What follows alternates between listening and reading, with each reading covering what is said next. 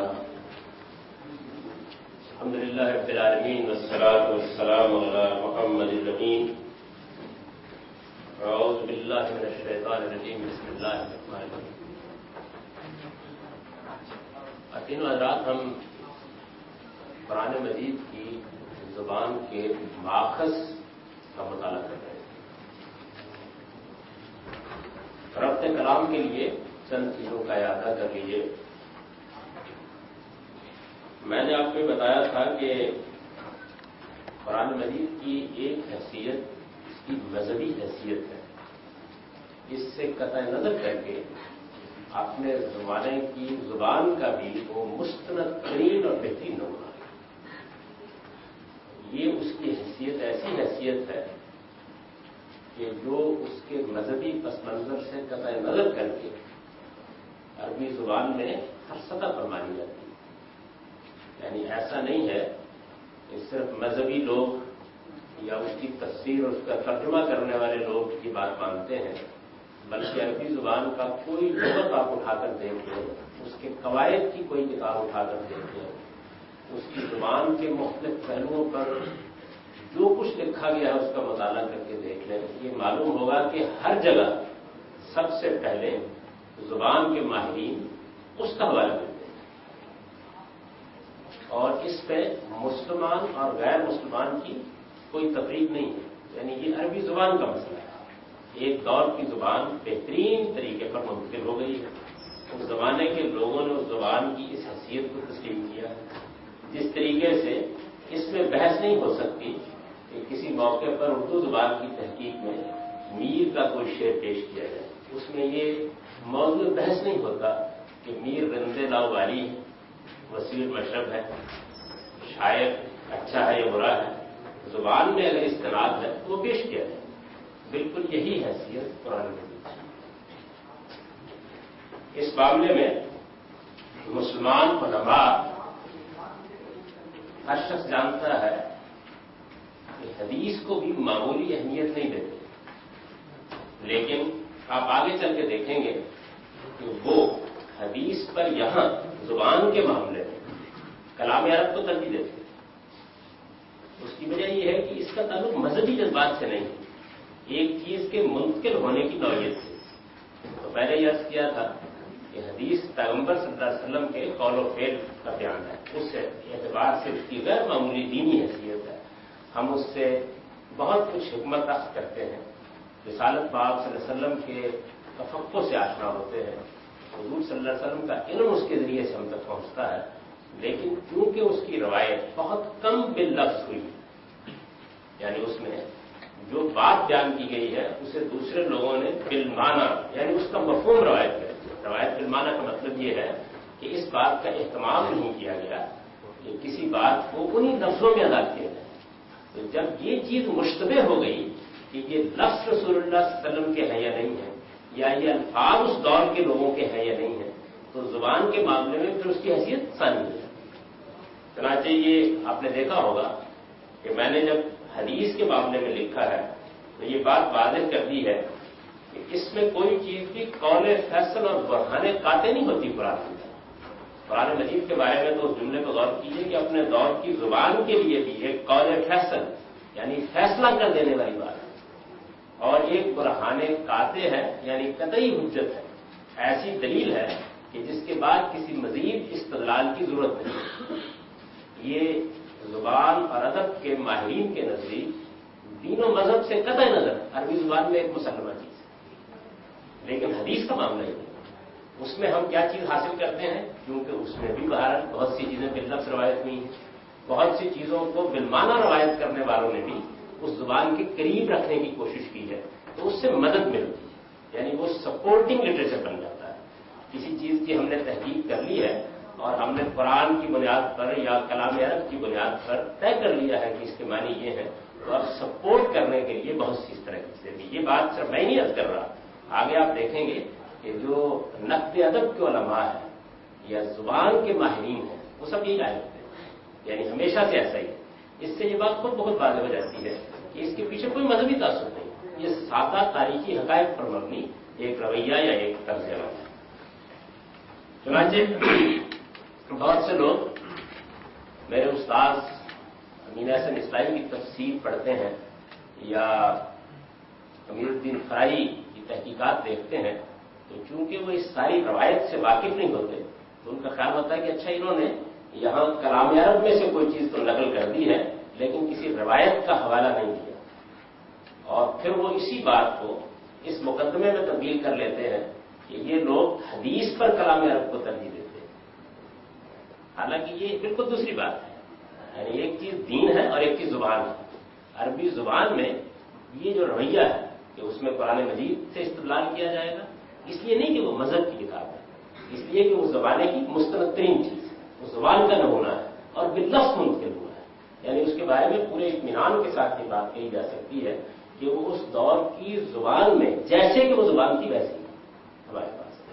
یہی چیز بدرجہ ثانی یعنی قرآن کے بعد دوسرے درجے میں کلام عرب کو حاصل ہو جاتی ہے، اس لیے کہ شعر بھی باللفظ منتقل ہوتا ہے، یعنی نثر کی طرح اس میں بالمعنی روایت نہیں کی جاتی، تو اس کو بھی یہ حیثیت حاصل ہو جاتی ہے، لیکن حدیث کو یہ حیثیت نہیں ہوتی۔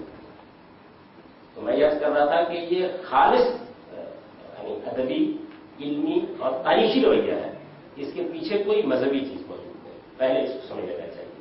چنانچہ اس ترتیب کے لحاظ سے آپ دیکھیے کہ آگے کیا ہے۔ اس کے بعد یعنی قرآن مجید کے بعد یہ زبان حدیث نبوی اور آثار صحابہ کے ذخائر میں ملتی ہے۔ اس کے بعد اس زبان کا سب سے بڑا ماخذ کلام عرب ہے۔ یہ جو ترتیب ہے یہ محض ادبن قائم کی ہے، یعنی آگے واضح ہو جائے گا۔ اس کے بعد اس زبان کا سب سے بڑا ماخذ کلام عرب ہے۔ یہ امر القیس، زہیر، عمر بن کلثوم، لبید، نابغہ، طرفہ، انترا، آشا اور حارث بن حرزہ جیسے شاعروں اور قس بن سائلہ جیسے خطیبوں کا کلام تھا۔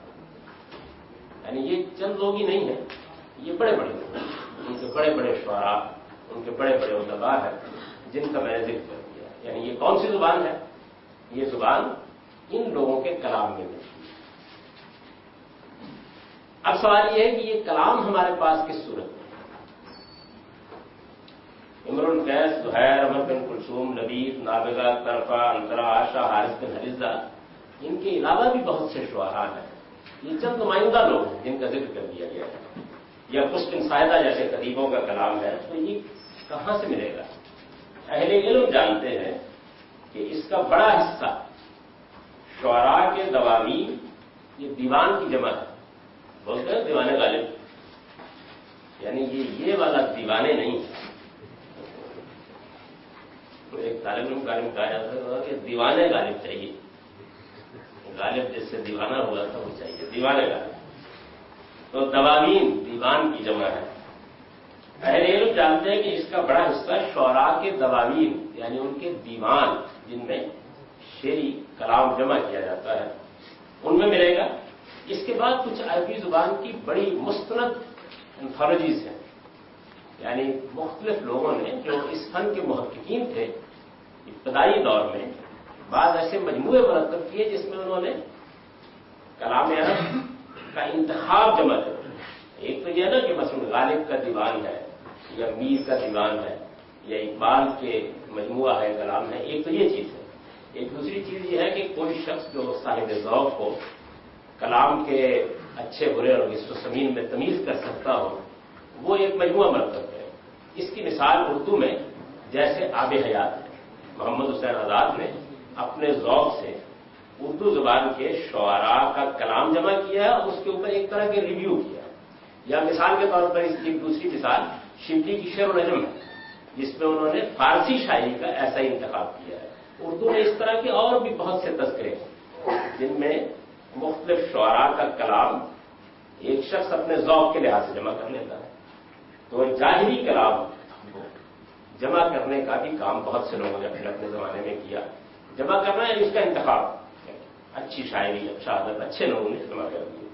اس کے جو مجموعے غیر معمولی حیثیت اختیار کر چکے ہیں، یعنی زبان کے ماہرین جن سے صرف نظر نہیں کرتے، ان میں ایک اسمیات ہے۔ یہ جو اسمئی ہیں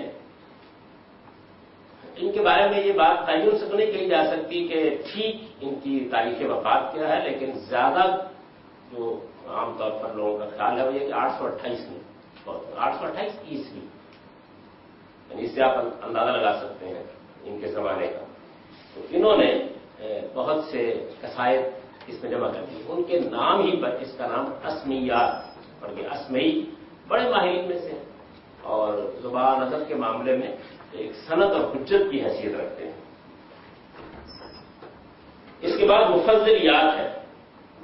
دلچسپی ہے یہ ہم مسلمانوں کا علمی ذوق کچھ اس طرح کا رہا ہے کہ آدمی جیسے ہم نے بخاری مسلم، اب یہ کتابوں کے نام ان کے مصنفین کے نام سے مشہور ہو گئے، ورنہ بخاری کی کتاب کا نام بخاری نہیں ہے، اس کا نام الجامع الصحیح ہے.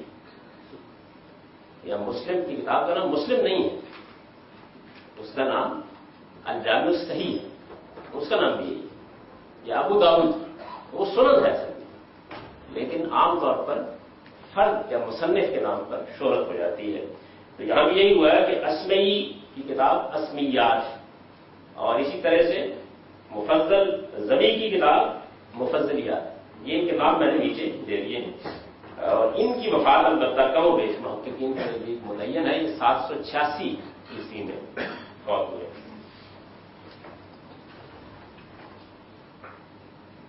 ان کی ایک بڑی اور مشہور کتاب الامثال بھی ہے، اور آپ سن رہے ہیں کہ وہ شائع ہو رہی ہے. بہت مشہور کتابوں میں سے ہے. اور انہوں نے خلیفہ مہدی کے لیے، یہ جو عباسی خلیفہ ہے خلیفہ مہدی، ان کے لیے یہ جمع کیے تھے اشعار، ان کی ظرافت طبع کے لیے. بہت سی کتابیں ایسے ہی بادشاہوں کی فرمائش یا ان کی تفریح طبع کے لیے جمع کی گئی. بہرحال یہ بھی ایک بڑا مجموعہ ہے، بڑی انتھولوجی ہے عربی زبان میں.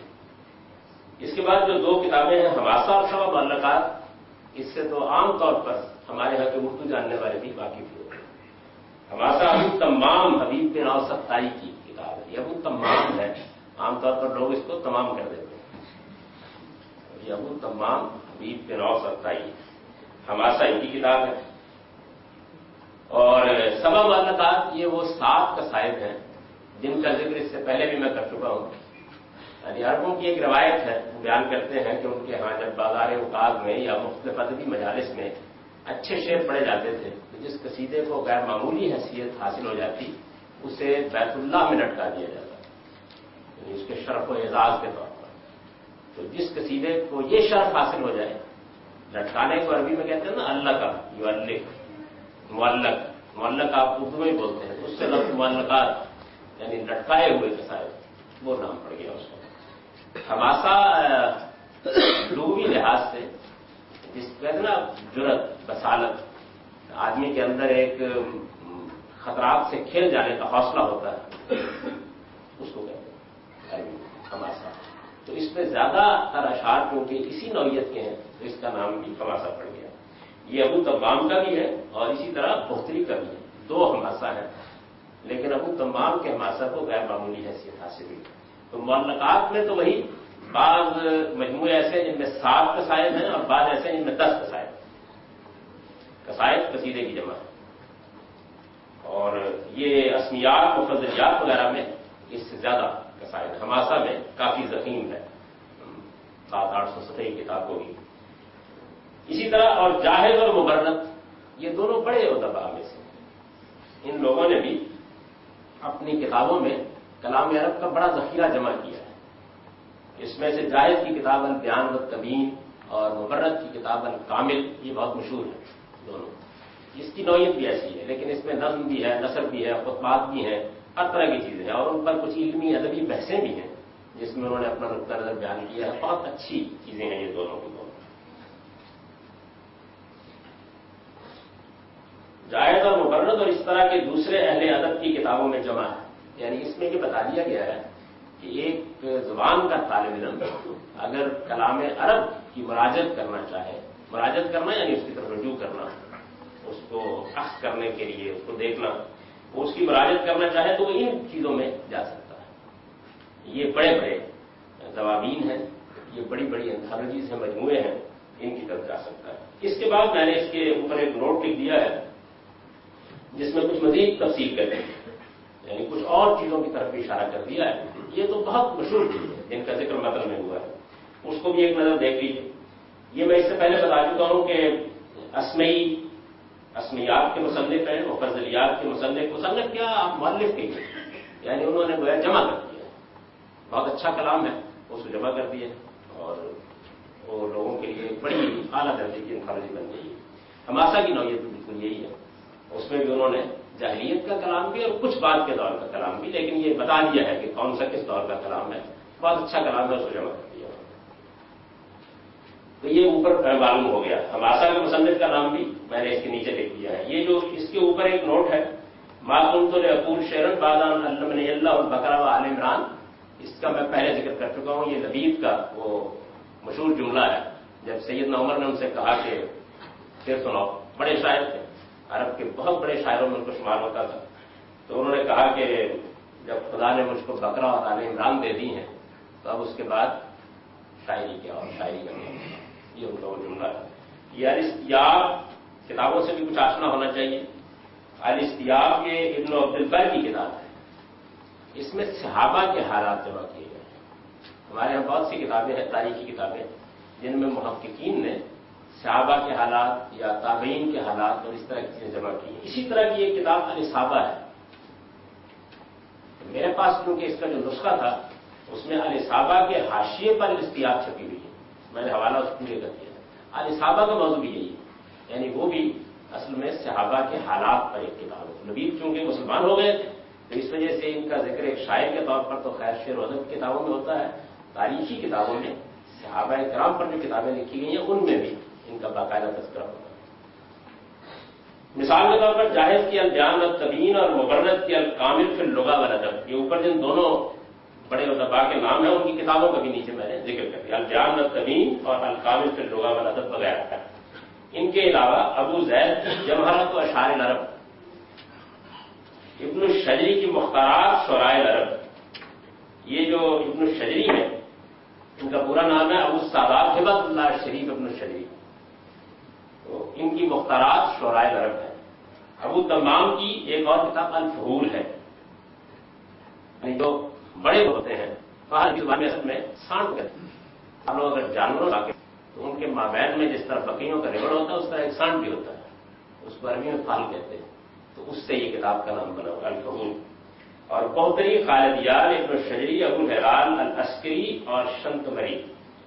یہ شنتمریہ جو ہے یہ اندلس کا ایک چھوٹا سا قصبہ تھا, اس میں یہ صاحب پیدا ہوئے ہیں. کوئی 1019 کے قریب ہے ان کا وفات کا زمانہ. اور یہ سانتا ماری آپ نے سنا ہوگا, اندلس کا شہر, وہ شنتمریہ ہے, ہمارے یہاں اس کو یہ کہتے ہیں. ان کی حماسہ بھی بہت مشہور ہے, اندلس کی نہیں. اور ابو ہلال کی دیوان المعانی بھی اسی طرح کی تاریخ ہے, دیوان المعانی. تو یہ تھوڑا سا تعارف کرا دیا, یعنی اگر کوئی عربی زبان ادب کا مطالعہ کرنا چاہتا ہے کوئی آدمی تو وہ ان کتابوں کی مراجعت کر سکتا ہے. اس زمانے میں یعنی یہ تو مشہور چیزیں ہیں, اور ان کے علاوہ بعض وہ چیزیں جو ذرا زیادہ تحقیقی مطالعہ کرنے والوں کے علم میں رہنی چاہیے. اس زمانے میں شعراء جاہلیت کے ایسے بہت سے دواوین بھی شائع ہوئے ہیں. دواوین یعنی دیوان, وہی جمع اس کی, جو اس سے پہلے ناپید تھے, یعنی اس سے پہلے وہ مخطوطوں کی صورت میں موجود تھے, لوگوں کی رسائی میں نہیں تھے, کسی میوزیم میں پڑے ہوئے ہیں یا کسی ایسی لائبریری میں پڑے ہوئے ہیں کہ جس تک عام لوگ نہیں پہنچ سکتے. تو موجودہ زمانے میں جب طباعت کا دور شروع ہوا اور بہت سے لوگوں نے کام کرنا شروع کیا, تو جیسے انہوں نے میوزیم سے نکال کر, لائبریریوں سے نکال کر, یا بعض لوگوں کے گھروں میں بعض چیزیں موجود تھیں پڑی ہوئی, ان کو نکال کر شائع کیا ہے. تو اسی طرح بہت سے شاعروں کے دیوان بھی چھپ گئے ہیں جو اس سے پہلے اس طریقے سے میسر نہیں تھے. اس میں شبہ نہیں کہ عربی زبان کے بیشتر لغات اہل زبان کے بہت بات یہ جملے پر نہیں. اس سے پہلے بات یہ بتا دیا گیا کہ کلام مثال کے طور پر اگر حدیث کے معاملے میں پیسہ بتائیں گے نا کہ زیادہ مستند ذخیرے آپ کو کہاں ملتے ہیں, جیسے اس میں ہی بتایا ہے کہ اگر آپ زبان کے حوالے سے تلاش کرنا چاہیں تو دعاؤں میں تلاش کریں, تمثیلات میں تلاش کریں, صحابہ کے ساتھ مکالمات میں تلاش کریں. بالکل اسی طریقے سے یہ بتا دیا گیا ہے کہ اگر کلام عرب یا عربی شاعری یا عربی ادب کا کوئی آدمی مطالعہ کرنا چاہے تو اس کے لیے کیا کیا چیزیں موجود ہیں جن کو پڑھ سکتا ہے اور وہ کہاں کہاں سے اس کو میسر ہو سکتی ہیں. میرے جلیل القدر استاد بڑی عمدہ بات کہا کرتے تھے کہ ایک اچھے استاد کا بنیادی کام یہ بھی ہے کہ وہ یہ بتا دے کہ وہ چیز جس کو تم حاصل کرنے جا رہے ہو وہ تمہیں آخری درجے میں کہاں سے ملے گی. یعنی بعض اوقات ایسا ہوتا ہے کہ کسی فن کا آدمی مطالعہ کرنا چاہتا ہے تو وہ خیال کرتا ہے کہ اچھا لائبریری میں جا کر میں نے کیٹلاگ کھولا, معلوم ہوا کہ اس فن کے اوپر 2000 کتابیں. یعنی مثال ہے کہ ہمارے یہاں تفسیر پر اگر کوئی آدمی کام کرنا چاہے اور وہ یہ خیال کرے کہ مجھے قرآن مجید کی تفاسیر کا مطالعہ کرنا ہے, جا کر وہ لائبریری میں اگر دیکھے تو ہزاروں تفاسیر, یعنی کوئی ایک دو نہیں ہے, ہزاروں کی تعداد میں موجود ہوں گی.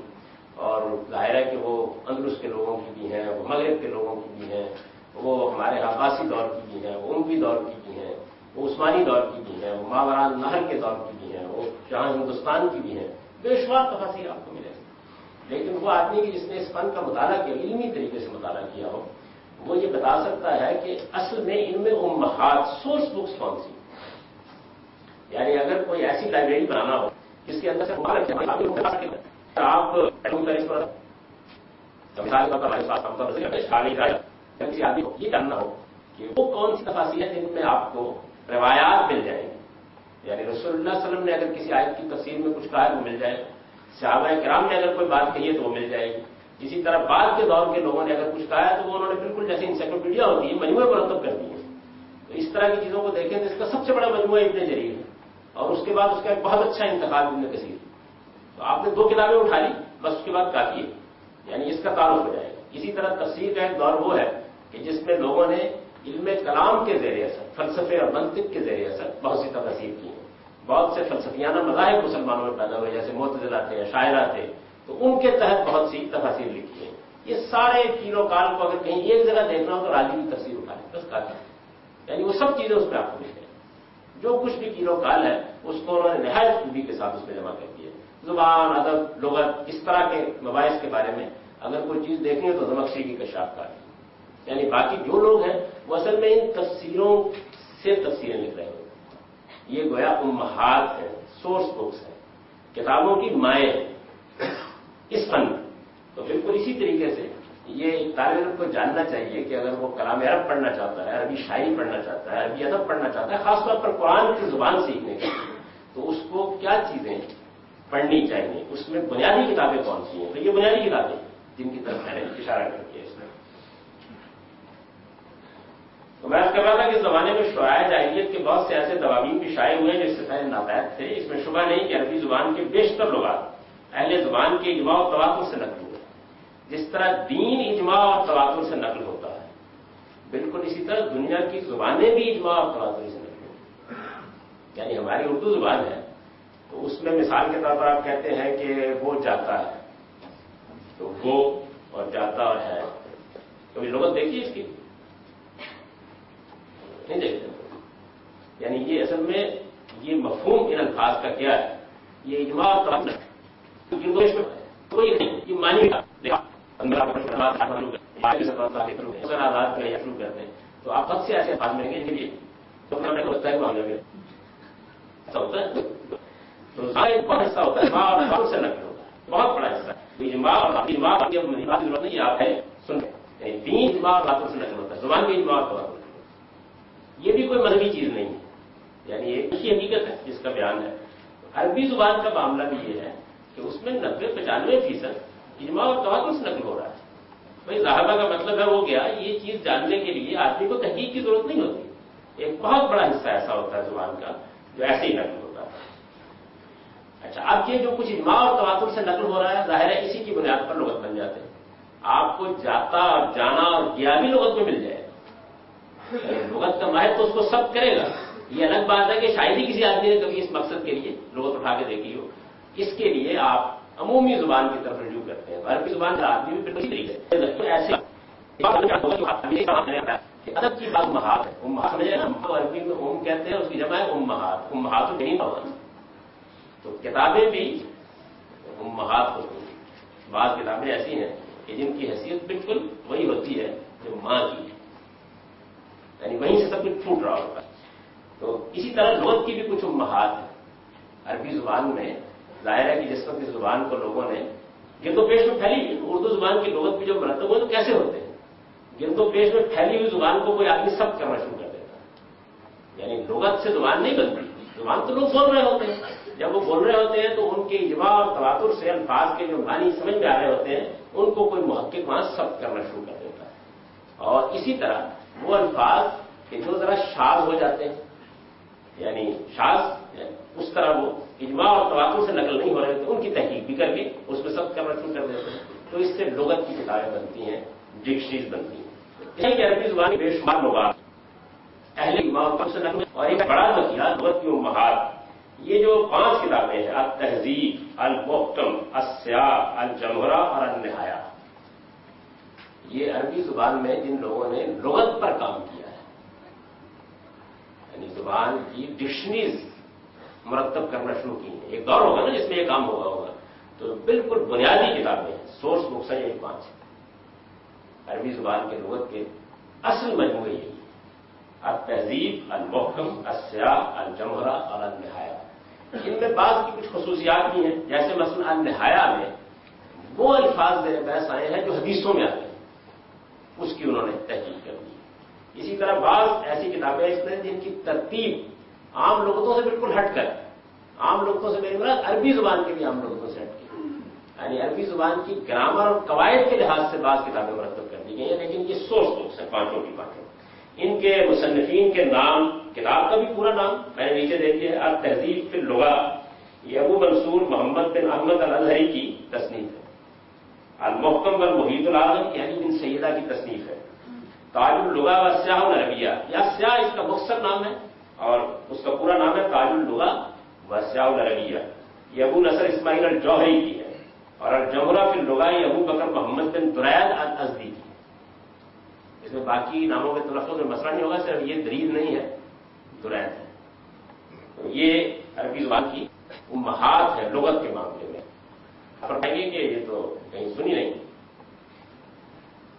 اصل کتابیں ہیں یہ جو آپ نے سنا ہوگا لسان العرب، جو لوگ عربی زبان سے واقف ہیں کچھ تھوڑے بہت، یا واقف نہیں بھی ہوتے تو لسان العرب کا نام سنا ہوا ہے، آکسفورڈ ڈکشنری ہے، اس طرح لسان العرب کو 15 جلدوں میں عربی زبان کی کا ایک بڑا لغت ہے، بڑی ڈکشنری ہے عربی زبان کی۔ لسان العرب اصل میں کچھ نہیں ہے، ابن منظور سے وہ ان 5 کتابوں کا مجموعہ ہے، یعنی ان 5 کتابوں کو لسان العرب میں اس نے جب چنانچہ وہ آپ کو جب آپ اسے کھولیں گے تو وہ آپ کو یہ بتائے گا ازہری یہ کہتا ہے، ابن سیدہ یہ کہتا ہے، جوہری یہ کہتا ہے۔ انہوں نے جو مواد جمع کیا ہے تو بجائے اس کی کہ انہیں، اور اس کی ترتیب بہت اچھی ہے، یعنی لسان کی ترتیب بہت اچھی ہے، وہ جو عام عربی زبان کے لغت ہے ان کے لحاظ سے اس کو مرتب کیا گیا۔ وہی عربی زبان میں لفظ کا ایک روٹ ہوتا ہے، مادہ ہوتا ہے، چونکہ بنیادی زبانوں میں سے ہے، تو اس کے لحاظ سے وہ لغت مرتب کیا گیا۔ تو اس میں آپ کو یہ 5 کتابیں مل جائیں گی، 5 کتابیں مل جائیں گی۔ یہ کیونکہ یہاں پر ایسے لوگ بھی موجود ہیں کہ جن کو ہو سکتا ہے اس کا شوق ہو کہ وہ کل عربی زبان میں تحقیق کرے۔ میں اپنا علمی تجربہ ان کے لیے بیان کر رہا ہوں کہ یہ کتابیں چونکہ اب ساری مل جاتی ہیں، یعنی یہ جتنی بھی بنیادی کتابیں ہیں یہ مل جاتی ہیں، تو مجھے بارہا یہ تجربہ ہوا کہ ابن منظور بہت بڑے آدمی ہیں اور انہوں نے بڑی دقت نظر سے ان 5 کتابوں کو جمع کیا لسان العرب میں، لیکن کئی جگہ پر ان کتابوں کے مدعا کو نقل کرنے میں غلطی کی۔ میں اپنے علمی تجربے میں اس کی مثالیں دے سکتا ہوں کہ کئی جگہ انہوں نے غلطی کی ہے، تو ایک محقق کو اصل چیز بھی دیکھ لینی چاہیے۔ آپ کہیں گے کہ بھائی اتنے بڑے ذخیرے میں کیا ہر چیز کو دیکھیں گے؟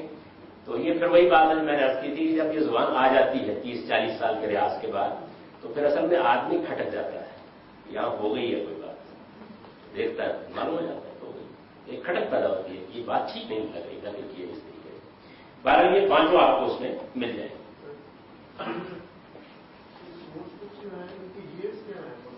جی یہ دوسری صدی تیسری صدی کے اندر کی چیزیں ساری، لیکن اس کے ساتھ یہ بھی حقیقت ہے، لیکن اس کے ساتھ یہ محفوظ ہے، جتنا بھی عربی زبان کا متواتر کلام ہے اور اس کے علاوہ بھی وہ کم و بیش سارا کا سارا ان لغات میں محفوظ ہو گیا۔ آپ جب ان کی مراجعت کرتے ہیں آپ کو مل جاتا ہے۔ موجودہ زمانے میں بھی بعض لوگوں نے بہت اچھا کام کیا ہے، جیسے اقرب المعارض ہے، اس کے مصنف نے صرف یہی نہیں کیا کہ لسان کو سامنے رکھ کر ایک کتاب مرتب کر دے یا ان کو مرتب کر دے، اس نے اس پر کام کیا باقاعدہ۔ تو یہ دور جدید کا کام ہے، اس کو بھی آپ دیکھ سکتے ہیں، تاہم اصل ماخذ یہی، بنیادی ماخذ یہی۔ لیکن اس کے ساتھ یہ بھی حقیقت ہے کہ لغت عرب کا جو ذخیرہ اس طرح متواتر نہیں ہے. یعنی ایک تو بہت بڑا حصہ وہ ہے کہ جو اجماع اور تواتر سے نقل ہوتا ہے. جو ذخیرہ اس طرح متواتر نہیں ہے اس کی تحقیق کے لیے سب سے زیادہ مستند ماخذ یہی کلام عرب ہے. یعنی اگر کوئی ایسا لفظ آ گیا ہے کہ یہ اس طرح متواتر نہیں ہے تو پھر یہ ماہرین بھی استدلال میں کلام عرب پیش کر رہے ہیں. آپ لسان اٹھائیں گے تو خیال سے وہ اسی بات پر دلیل دے کر پیش کرے گا. اس میں اگرچہ کچھ منحول کلام بھی شامل ہے. منحول کا مطلب ہے جس طرح ہر دور میں ہوتا ہے نا، ایسے جب کسی چیز کو غیر معمولی حیثیت حاصل ہو جاتی ہے تو لوگوں نے حدیثیں گھڑنا شروع کر دی. تو گھڑی ہوئی حدیث کو کہتے ہیں موضوع حدیث. عربی میں ہوتا ہے وضع کرنا، بنانا. یعنی وضع کا مطلب ہے بنانا. تو اس سے موضوع حدیث آپ نے یہ سنا ہوگا. بعض لوگ کہتے ہیں یہ حدیث ضعیف ہے، یہ موضوع ہے. موضوع کا مطلب کیا ہے؟ ضعیف کا مطلب تو یہ ہے کہ تحقیق میں یہ اس معیار پر پوری نہیں اتری کہ اس کے بارے میں اطمینان ظاہر کیا جا سکے. اطمینان ہی ہوتا ہے ایسی تحقیقات میں. مشہور آپ نے سنی سین، یہ تم حاصل کرو اگر یہ چین جانا پڑے. یہ موضوع گھڑی ہوئی ہے، یعنی اسی کوئی حیثیت نہیں ہے. لیکن یہ ہے کہ ہر آدمی اسی کی بنیاد کے اوپر اسلام کا بیان کرتا ہے. ایسی چیزیں ہوتی ہیں. جیسے مثال کے طور پر میری امت کے اختلاف رحمت ہے، بہت سنا ہوگا. موضوع حدیث ہے، گھڑی ہوئی روایت ہے، اس کی کوئی حیثیت نہیں.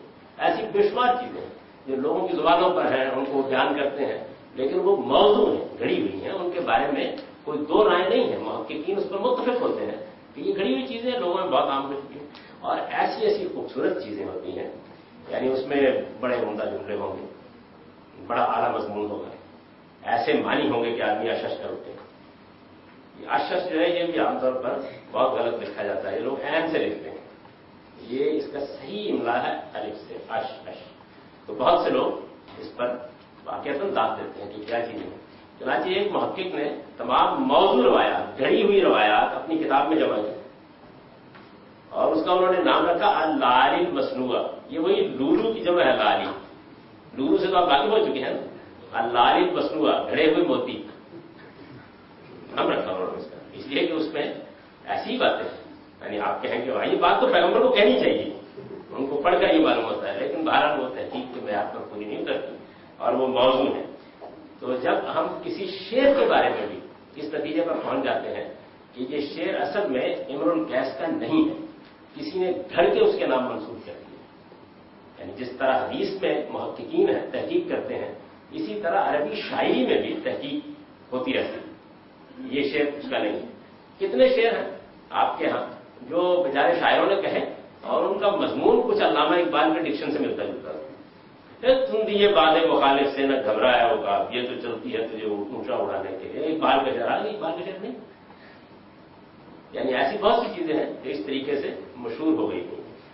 تو اس طرح کا کلام جو ہے اس کو ادب کی، عربی ادب کی اصطلاح میں منحول کلام کہا جاتا ہے. گڑا ہوا کلام منحول. ایسے ہی جیسے حدیث موضوع ہوتی ہے اس طرح شعر منحول ہوتا ہے. نہ تو بھائی وضع کرنا، اس میں منحول کلام بھی شامل ہے. لیکن جس طرح نقد حدیث آپ فرمائیں گے تم نے موضوع کیوں لے لیا، تو ہر فن کی کچھ اصطلاحات ہوتی ہیں وہی لکھی جاتی ہیں. یعنی اب آپ ہمارے ڈاکٹر صاحب کہیں کہ دوا سال کر کے گڑا ہوا. جب کوئی فنی کتاب لکھی جاتی ہے تو اس میں ظاہر ہے کہ اسی فن کی اصطلاحات اسالیب اختیار کیے جاتے ہیں. لیکن جس طرح نقد حدیث کے علماء اس کی صحیح اور سقیم روایتوں میں، سقیم یعنی جو صحیح نہیں، سقیم سنا ہوگا نا آپ نے، بیمار کو کہتے ہیں جس میں کوئی نہ کوئی علت ہے، کوئی بیماری ہے. جس طرح نقد حدیث کے علماء اس کی صحیح اور سقیم روایتوں میں امتیاز کر سکتے ہیں، اسی طرح اس کلام کے نقاد کی روایت و درایت کے نہایت واضح معیارات کی بنا پر اس کے خالص اور منحول کو ایک دوسرے سے الگ کر دے سکتے ہیں. یعنی یہ کوئی مشکل کام نہیں ہوتا، یہ معلوم ہو جاتا ہے اور اس بڑا کام ہو رہا ہے. بہت سے کام ہے. اس وقت جو دیوان چھپے ہیں، مثلا میرے پاس جو انترا کا دیوان ہے تو وہ دیوان کافی ضخیم ہے، لیکن جب آپ اس کو کھولتے ہیں تو معلوم ہوتا ہے اس میں 1/3 کے اوپر انہوں نے عنوان قائم کر دیا کہ یہ انترا کلام ہے، اور اس کے بعد 2/3 کے عنوان ہے. یعنی اس کے بارے میں محققین یہ اعتماد کے ساتھ نہیں کہہ سکتے کہ یہ انترا کا کلام ہے یا یہ زہیر کا کلام ہے. اس طرح کے بہت سے مجموعے اس وقت موجود ہیں. تو وہ اسی طرح اس کے اوپر تحقیق ہوتی رہتی ہے اور فرق کر جاتے ہیں.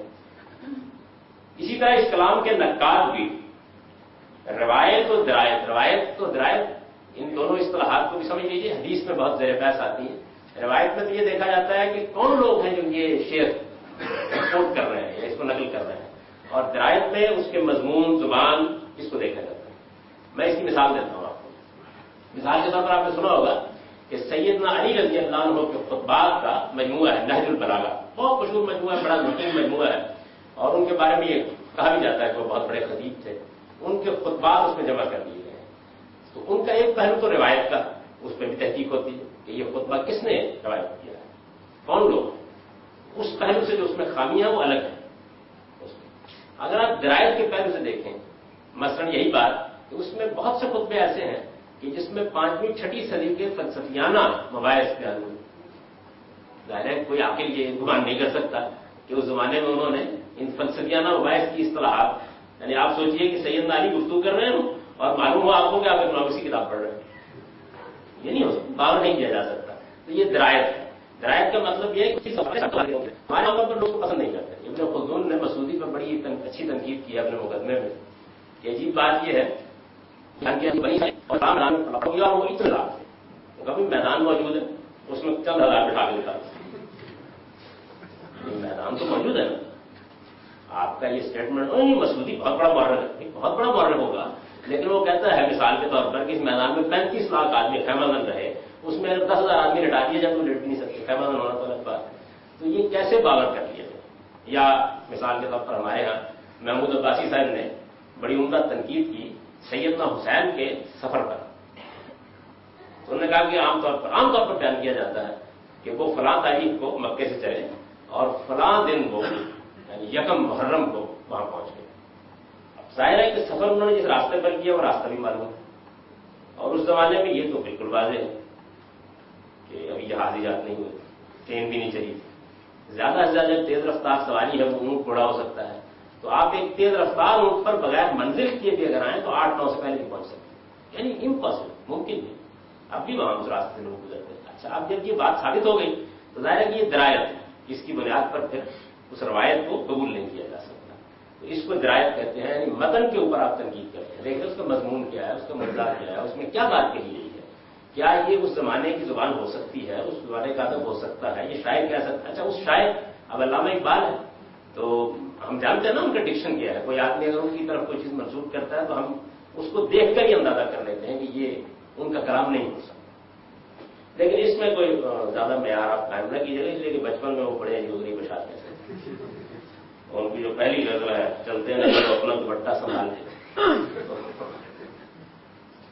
اس کا ایک شعر بہت مشہور ہو گیا، موتی سمجھ کے شان کریمی نے چن لیے قطرے جو تھے میرے عرب کے انفعال، یعنی میرے چہرے کے اوپر ندامت کا پسینہ آیا تو موتی سمجھ کے شان کریمی نے چن لیے، اسی میں یہ بھی ہے چلتے نہیں وہ اپنا دوپٹہ اس میں اگرچہ کچھ مرغوب کلام بھی شامل ہے، لیکن جس طرح نقد حدیث کے علماء اس کی صحیح اور سقیم روایتوں میں امتیاز کر سکتے ہیں، اسی طرح اس کلام کے نقاد کی روایت و درایت کے نہایت واضح معیارات کی بنیاد پر اس کے خالص اور مرغوب کو ایک دوسرے سے الگ کر دے سکتے ہیں۔ یہ کر دے سکتے ہیں پر تعجب نہ ہو آپ کو، کر دینا ہوتا ہے نا، تو جب اس کو بدلیں گے تو کر دے سکتے ہیں، ایسے ہی لکھا جائے، لیکن یہ زبان اب لوگ عام طور پر لکھتے ہیں۔ چنانچہ یہی وجہ ہے کہ لغت و ادب کے ائمہ امام کی جمع ہے، لغت و ادب کے ائمہ اس بات پر ہمیشہ متفق رہے ہیں کہ قرآن کے بعد یہی کلام ہے جس پر اعتماد کیا جا سکتا ہے اور جو صحت نقل اور روایت باللفظ کی بنا پر زبان کی تحقیق میں سند و حجت کی حیثیت رکھتا ہے۔ یعنی آپ نے دیکھا فرق، حدیث کے اوپر بھی تبصرہ ہو گیا، قرآن بھی دیکھ چکے ہیں، یعنی اس کلام کو قرآن کے بعد پھر سند کے طور پر زبان کی تحقیق میں پیش کیا جاتا ہے، اور یہ یوں نہیں کہ میں یا کوئی اور آدمی آج کے زمانے میں پیش کرتا ہے، یعنی تمام اہل علم ایسا ہی کرتے ہیں جتنے بھی۔ چنانچہ یہ بڑی جو سمجھ لیجیے کہ غیر معمولی کتابوں میں سے یہ خزانۃ الادب، جس کا پورا نام نیچے ہے، خزانۃ الادب و لطف و نواب لسان العرب، یہ عبد القادر بن عمر بغدادی کی ہے، اور اسی فن پر ہے، یعنی جس موضوع پر ہم اس وقت گفتگو کر رہے ہیں اسی سے متعلق مباحث اس کے کتابیں بیان کیے گئے ہیں۔ اس کا یہ اقتباس ہے جو میں نے نقل کر دیا ہے کہ اس معاملے میں ایسا نہیں ہے کہ یہ کوئی نئی بات ہے جو کہی جا رہی ہے، بلکہ اسی کلام کو یہ حیثیت حاصل ہے۔ یہ اس کو ہم پڑھ لیتے ہیں۔ الکلام الذی یستشہد بہ نوعان، کہتے ہیں وہ کلام جس سے زبان کے معاملے میں استشہاد کیا جاتا ہے. استشہاد کیا جاتا ہے یعنی شہادت لائی جاتی ہے، سند لائی جاتی ہے، اس کو اتھارٹی کے طور پر پیش کیا جاتا ہے. استشہاد وہی شہادت بنا لفظ ہے. وہ کلام جس سے زبان کے معاملے میں استشہاد کیا جاتا ہے اس کی دو قسمیں ہیں، شعر وغیرہ. ایک وہ ہے کہ جو شعر کی صورت میں ہے اور ایک جو ہے شعر کی صورت میں نہیں ہے، نثر ہے. تو اس کی دو قسمیں ہیں. اچھا، اب اس کے بعد وہ کہتے ہیں کہ جو اس کی پہلی قسم ہے فقائر الاول کسٹم العلماء علی طبقات اربع. ان میں سے پہلی قسم یعنی کی صورت ہے اس پہلے علم نے 4 طبقات میں تقسیم کیا ہے. یعنی جتنا بھی کلام ہمارے پاس موجود ہے جس کا کچھ تعارف آپ کو ہو گیا تو اس کو اہل علم نے 4 طبقات میں تقسیم کیا ہے. اس میں سے پہلا کیا ہے طبقۃ الاولی الشعراء الجاہلیون. یہ جاہلی شعراء ہیں. جاہلی شعراء یعنی وہ لوگ جو اسلام سے پہلے کے شعراء ہیں، ان کو جاہلی شعراء. وہ جاہلیت کا میں مطلب بیان کرتا ہوں. وہم قبل الاسلام یعنی یہ وہ لوگ ہیں جو اسلام سے پہلے تھے. کیمر کیس والعاشا ان کے نام آپ پیچھے پڑھ چکے. والثانیہ المخضرمون دوسرے وہ لوگ ہیں جن کو اصطلاح میں مخضرمون کہا جاتا ہے. وہم الذین ادرکوا الجاہلیہ والاسلام یہ وہ لوگ ہیں کہ جنہوں نے جاہلیت کا بھی زمانہ پایا اور اسلام کا زمانہ بھی پایا اور زبان ان کی بہرحال مسلم زبان تھی. جیسے لبید کا ذکر آپ نے پڑھا آپ نے کہ لبید بحسان حسان نہیں ہے، حسان بن ثابت جو مشہور صحابی ہیں جنہوں نے نعت کہی ہے بہت عمدہ. تو لبید اور حسان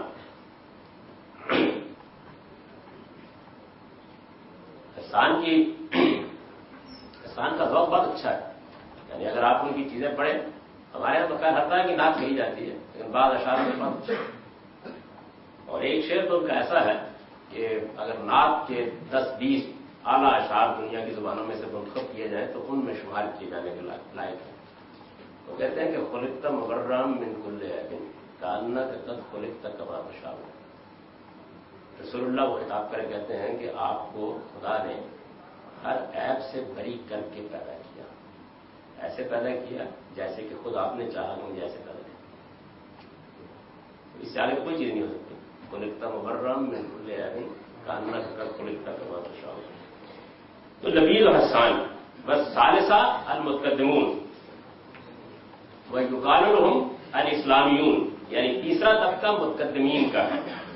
اور یہ وہ لوگ ہیں کہ جو اسلام لے آئے، اسلام کے زمانے میں پیدا ہوئے. اسلام لے آئے نہیں بلکہ اسلام کے زمانے میں پیدا ہوئے. وہم الذین کانوا فی صدر الاسلام یعنی بالکل اسلام کے ابتدائی دور میں تھے. ابھی سلطنت اس طریقے سے قائم نہیں ہوئی تھی اور ان کی زبان پر بھی مانا جاتا ہے کہ کوئی اثر تمدن کا نہیں ہوا. ان کی زبان سے استدلال کیا جاتا ہے، استشہاد کیا جاتا ہے. جیسے کہ جریر بن فرزدق یہ تیسرے طبقے کے لوگ ہیں. والرابعہ المولدون اور چوتھے میں پھر مولدون آتے ہیں. ویقال لهم المحدثون ان کا ایک دوسرا یہ اصطلاحیں ہیں، ان کو نام دے دیے گئے ہیں. وہم من بعدہم الی زماننا یعنی وہ پھر اس تیسرے طبقے کے بعد ہمارے زمانے تک جتنے بھی عرب شاید پیدا ہو رہے ہیں وہ سب اس میں شامل ہوں گے. یعنی محدثون ہیں، نئے لوگ ہیں. حدث کا مطلب ہوتا ہے نیا ہونا. وہ ان میں سے چند کی مثال دی کا بشار بن برد ابی نواس یہ 714 783 ہے اس کا پیدائش وفات اس کی. اور تشبیب جس کو غزلیہ شاعری کہتے ہیں وہ بہت اچھی اس نے کی. اور اسی طرح حجب بھی بہت اچھی کہتا تھا. مہدی کی حجب اس نے کئی بڑی مشہور واقعہ ہے وہ، لیکن باہر ادھر ہم نکل گئے تو بہت دور نکل جائیں گے.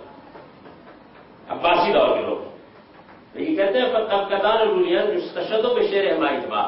پہلے جو 2 طبقے ہیں 4 ہو گئے نا، یہ پہلے جو 2 ہیں ان کے بارے میں اجماع ہے کہ ان کے اشعار سے استشہاد کیا. اجماع ہے یعنی تمام اہل علم اس بات کو مانتے ہیں. پہلا طبقہ آپ نے پڑھ لیا جاہلی شعراء کا اور اس کے بعد دوسرا طبقہ مخضرمون کا. ان کے بارے میں بالاتفاق اس سے استشہاد کیا جاتا ہے. یہی بات سیدنا عمر فاروق رضی اللہ عنہ نے اپنے ممبر سے مسلمانوں کو خطاب کرتے ہوئے فرمائی ہے. یہ سیدنا عمر رضی اللہ عنہ کا خطبہ ہے، اس کا ایک حصہ یہاں میں نے نقل کیا ہے. انہوں نے عربی شاعری کی اہمیت بیان کرتے ہوئے یہ کہا کہ علیکم بے دیوانکم لا تذلوا. تم لوگ اپنے دیوان کی حفاظت کرتے رہو، گمراہی سے بچے رہو گے۔ لوگوں نے پوچھا ہمارا دیوان کیا ہے؟ ماں دیوان ہونا، کالا شعر الجاہلیہ، جاہلی شاعری، یہ سید عمر کا ارشاد ہے۔ فإن فی تفسیر کتابکم و معانی کلامکم، اس لیے کہ ان میں تمہاری